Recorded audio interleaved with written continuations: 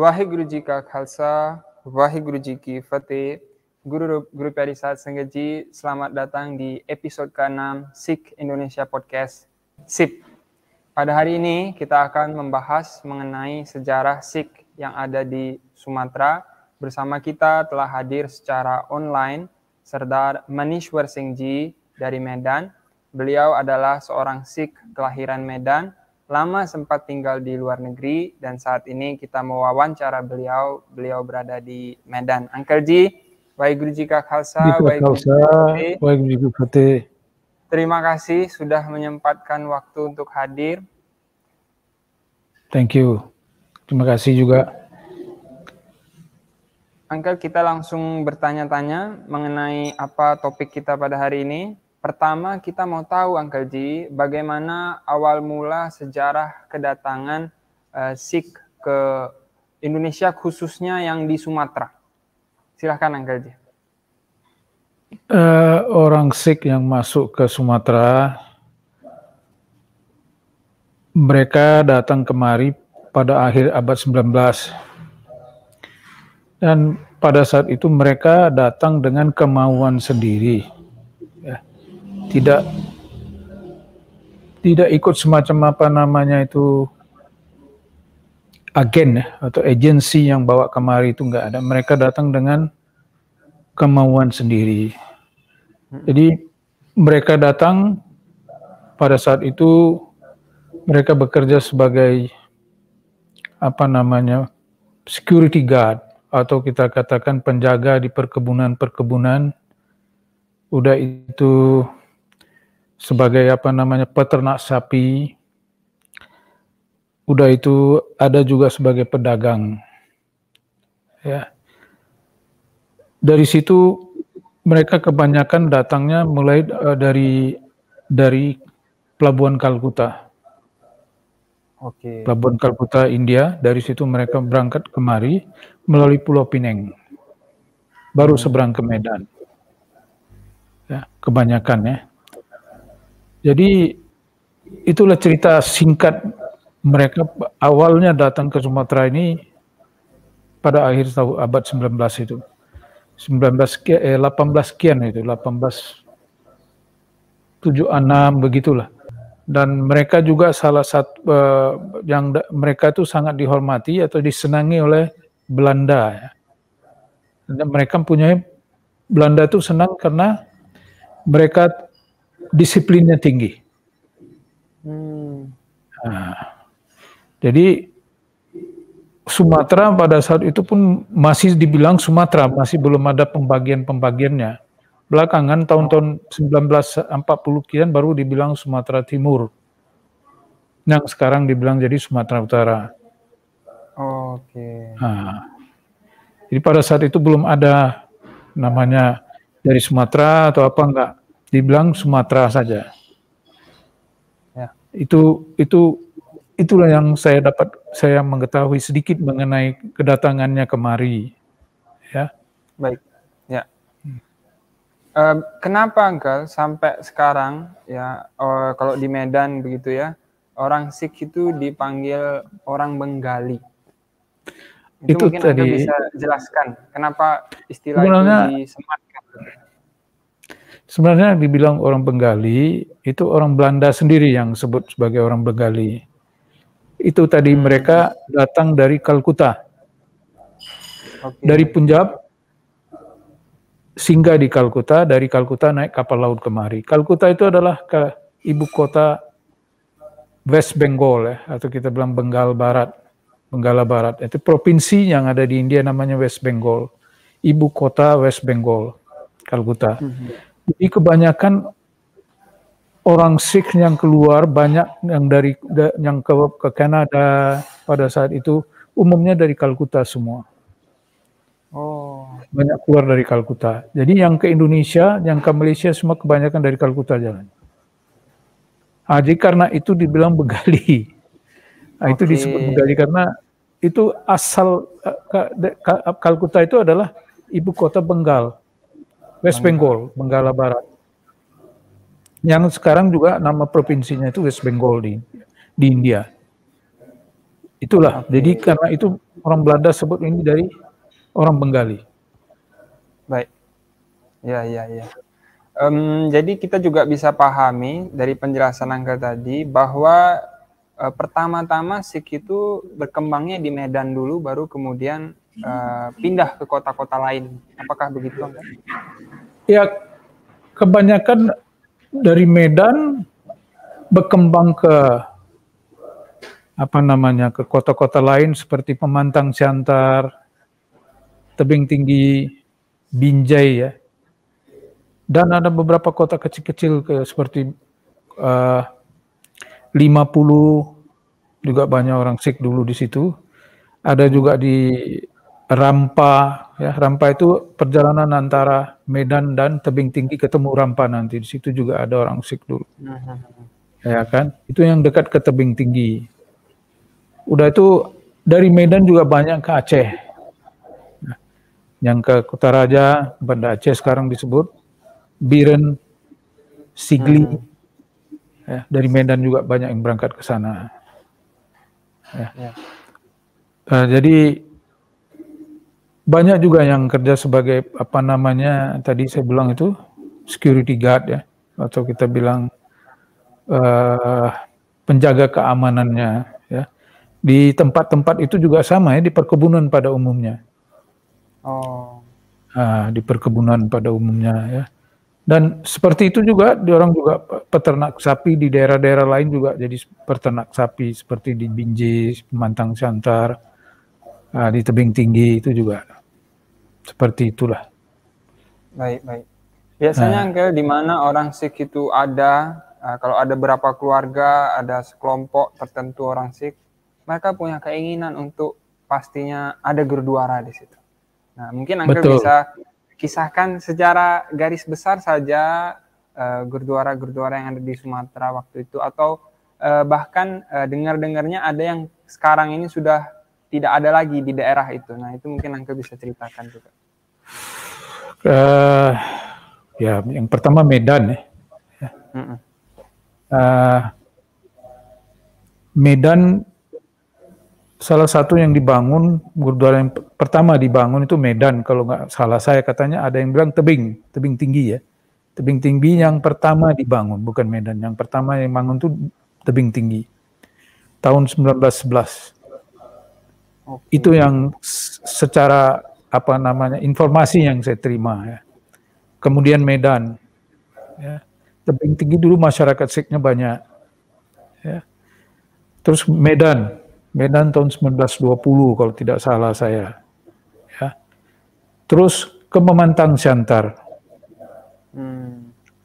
Terus ke Binjai. Tadinya di Kisaran, ada salah satu kota di Kisaran, itu Kabupaten Asahan sekarang. Itu juga ada gurdwara dulunya di Kisaran. Sekarang gurdwaranya sudah ditutup. Nah, di samping itu di Banda Aceh juga dulu ada gurdwara di Kutaraja. Itu gurdwara juga sudah ditutup. Dulu ada sekitar 20-30 keluarga orang Sikh yang ada di Banda Aceh. Ya. Sigli juga ada, Biren juga ada. Ya. Karena saya bisa bilang Biren karena orang tua saya lama di Biren. Ya. Jadi baru pindah ke Medan dari Biren. Ayah saya asal Biren. Jadi karena itu saya bilang ada juga orang Sikh yang singgah di kepulauan ya, seperti tadi saya di Bagan Siapi-api. Ya. Ada 2-3 keluarga yang sampai di situ. Itu Bagan juga masih Sumatera. Kalau sekarang Sumatera Utara. Itu juga salah satu kepulauan Sumatera dulu, dekat Sumatera. Kepulauan dibilang pulau Bagan Siapi-api. Jadi kebanyakan dari mereka sudah masuk kemari semua, udah ke Medan semuanya. Ya. Jadi itulah yang saya ketahui sedikit mengenai gurdwara yang ada ya. Yang sudah tidak ada yaitu di Kisaran dan Banda Aceh. Banda Aceh. Baik. Berbicara tentang Sikh di Sumatera, Angkel, kita tidak bisa melewatkan yang namanya Khalsa School Medan. Sangat luar biasa sekali. Mungkin Angkel bisa jelaskan kepada kita sedikit mengenai sejarah Khalsa School ini? Sekolah Khalsa itu dimulai pada tahun 1931 ya, dengan headmaster kepala sekolahnya pada saat itu Mr. Bahadur Singh. Oke. Ya. Mr. Bahadur Singh sempat saya rasa 10 tahun atau 15 tahun ada di Medan, kemudian dia pindah ke Jepang. Keluarganya masih ada di Jepang, di Kobe. Ya, Kobe. Dan banyak alumni-alumni yang dihasilkan oleh sekolah Khalsa pada saat itu. Ya. Kemudian sekolah itu berjalan terus. Yang tadinya dibilang Khalsa, sekolah sekarang jadi belakang tadi diganti jadi tahun-tahun kira-kira tahun 70-an disebut sebagai Khalsa Indian School. Dan kemudian diubah menjadi Perguruan Nasional Khalsa. Oke. Ya, karena tadinya tahun 70-an itu tidak boleh ada sekolah yang kita sebut international school. Ya. Walaupun kita tamat dari sekolah Khalsa, tadinya Khalsa Indian School itu, kita tidak bisa sambung ke universitas-universitas di Indonesia ini. Karena ijazahnya belum diakui. Karena kita ikuti dulu ujian dari senior Cambridge ya. Ujian akhirnya itu ujian senior Cambridge. Dari Cambridge itu kita ambil ujiannya. Dan itu belum diakui di Indonesia. Ya. Termasuk saya sendiri. Jadi saya begitu tamat hari itu dari senior Khalsa Indian School, saya harus sambung ke SMA untuk mendapatkan ijazah SMA-nya. Pada saat itu, sekarang kan jadi Perguruan Nasional Khalsa, ya apa yang saya sebut Khalsa itu tadinya dibangun oleh masyarakat Sikh yang dipimpin oleh Pak Ranjit Singh, Mr. Ranjit Singh, Ranjit Singh Pular. Ya. Itu sekolah. Beliau yang banyak memainkan peranan dalam pembangunan sekolah itu. Ya, di samping donasi-donasi dari masyarakat Sikh, masyarakat Hindu, masyarakat Muslim India umumnya, itu semua memberi donasinya, memberi kontribusi untuk membangun itu sekolah itu. Ya. Jadi pada saat itu, ya silakan please. Dengar-dengar Uncle, tidak hanya Sikh yang dari Indonesia saja, terutama daerah Medan dan sekitarnya, tapi murid-murid Khalsa ini datang dari luar negeri juga. Itu di Medan. Pada saat itu mereka ada boarding school, bukan boarding school lah, dibilang boarding tempat tinggal. Itu ada murid-murid dari Malaysia yang datang belajar di sini. Di samping itu boarding itu juga dibuat untuk masyarakat Sikh yang anaknya dikirim dari ada yang dari Asahan, ada yang dari Langkat, bertempat tinggal di boarding itu tuh. Di Malaysia juga ada. Itulah yang saya ketahui. Banyak yang saya sudah tahu, alumninya yang sudah saya pernah kasih tahu itu adalah salah satu Profesor Kirpal Singh. Ya. Beliau berasal dari Binjai. Beliau itu datang dari Binjai kemari itu naik kereta api. Pulang pergi itu. Pada satu kereta api, ya tahu sendiri ya model kereta apinya kayak apa. Dan beliau ke India. Sekolah di India itu di Punjab Agriculture University, Ludhiana. Beliau sempat jadi chancellor ya. Chancellor itu kalau di sini sekarang kita bilang itu rektor. Ya. Profesor Kirpal Singh itu sempat jadi rektor di Punjab Agriculture University. Ya. Dan banyak lagi saya bisa sebutkan, salah satunya Dr. Amar Singh. Pernah dengar kan nama Dr. Amar? Dr. Amar ini orangnya sangat gigih untuk mendapatkan pendidikan. Sempat menjadi guru Khalsa dalam bidang pelajaran health science dulu. Sambil kuliah di Universitas Sumatera Utara, Fakultas Kedokteran, beliau juga mengajar health science dulu di Khalsa. Ya. Hanya satu kelas itu, senior kelas saja beliau mengajar. Ya. Beliau betul-betul gigih waktu itu bersekolah untuk mendapatkan gelar dokter ini. Ya. Beliaulah salah satu alumni Khalsa yang ada namanya di di Universitas Sumatera Utara disebut sebagai guru besar. Disebut sebagai guru besar di Universitas Sumatera Utara. Itu dari Khalsa. Banyak lagi yang lain-lain yang mungkin saya nggak gitu tahu lagi sekarang. Banyak. Ya. Ya kan? Kalau nggak salah Dr. Amar Singh itu ahli forensik, Uncle ya? Iya, disebut sebagai profesor dokter. Profesor dokter ya. Profesor Dr. Amar Singh. Nah, itu salah satu yang saya bisa kasih tambahan dari tadi Profesor Kirpal Singh ke Profesor Amar Singh, Profesor Dr. Amar Singh. Selain daripada itu, dari Medan ini, dari Sumatera banyak sekali juga Uncle ya tokoh-tokoh inspiratif lain yang hebat, yang luar biasa, yang tadi dua Uncle sudah sebutkan. Pastinya ada yang lain lagi, Uncle mungkin boleh ceritakan mengenai para atlet. Yang lain lagi saya nggak begitu. Luar biasa sekali pada masanya itu, para atlet yang dari Sumatera. Kalau yang saya tahu atlet yang terkenal pada tahun 60-an ya itu Gurnam Singh ya. Itu yang terkenal. Belakangan pemain-pemain hoki Sumatera Utara ya, banyak sekali termasuk yang saya bisa sebut beberapa nama seperti Amarjit Singh Cebal. Udah itu adiknya beliau ada adik saya sudah lupa nama adiknya. Banyak pemain-pemain hoki yang terkenal pada salah satunya Sital Das, itu juga salah satu pemain hoki yang baik, Sital Das. Amarjit Singh, siapa lagi ya? Banyak sekali. Saya pun udah nggak begitu ingat nama-namanya. Tapi pelari itu tahun 60-an. Hoki ini sudah mulai ada di tahun 40-an. Masyarakat Sikh itu sudah mulai membuka hoki klub di Medan ya. Dan pertama mengadakan pertandingan itu di tahun 40.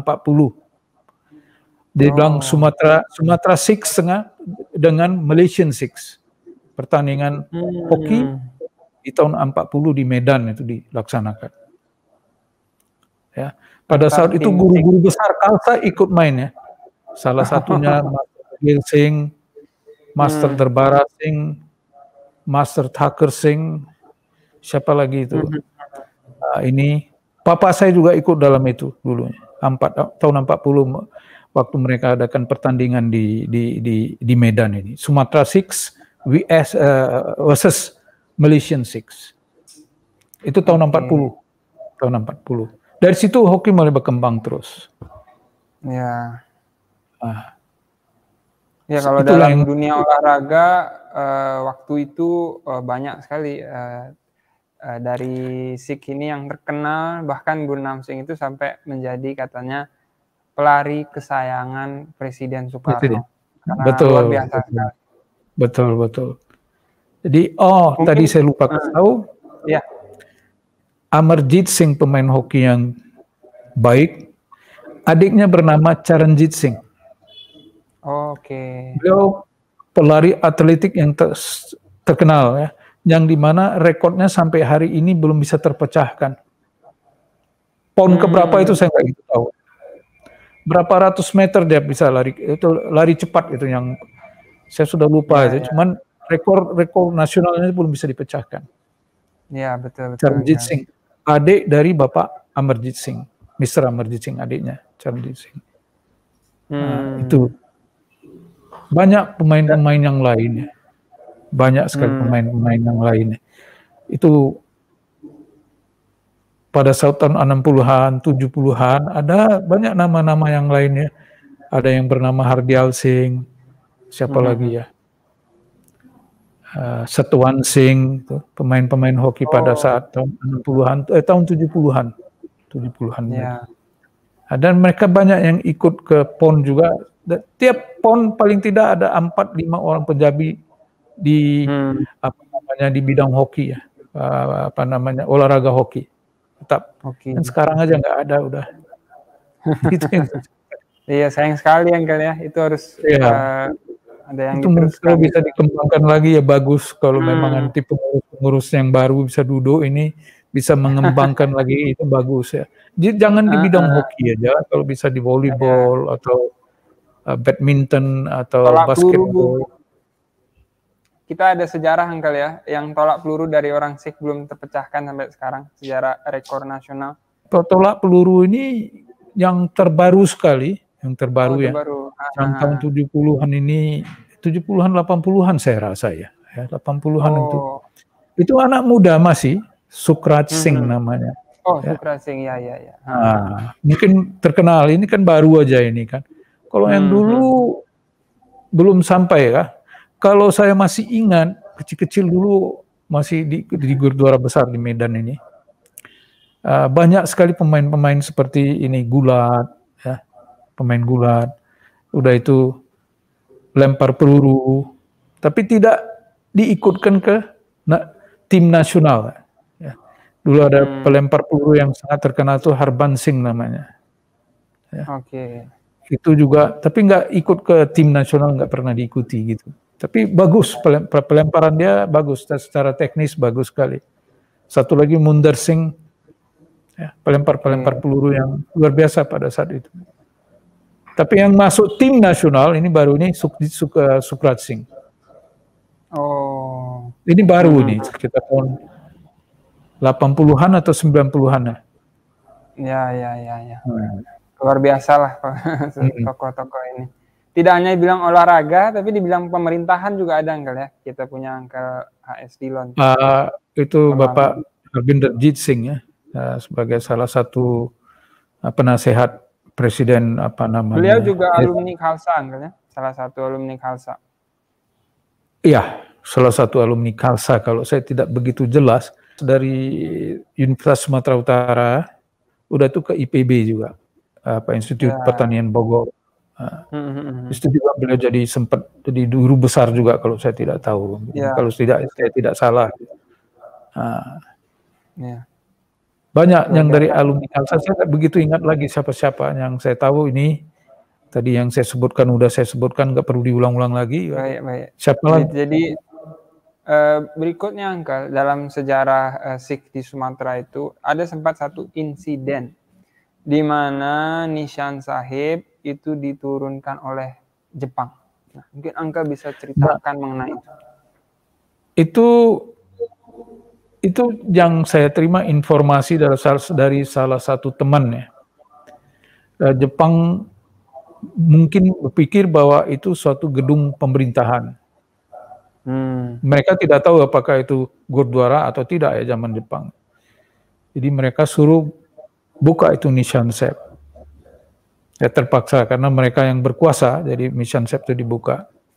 Oke. Jadi para petinggi Gurdwara meminta bantuan kepada Hmm. masyarakat Sikh lah. Jadi ada beberapa pada saat itu pendeta-pendeta kita yang berani, ya. Salah satunya itu kalau saya tidak salah Pai Wir Singh. Ya. Dia bilang saya akan maju ke depan katanya.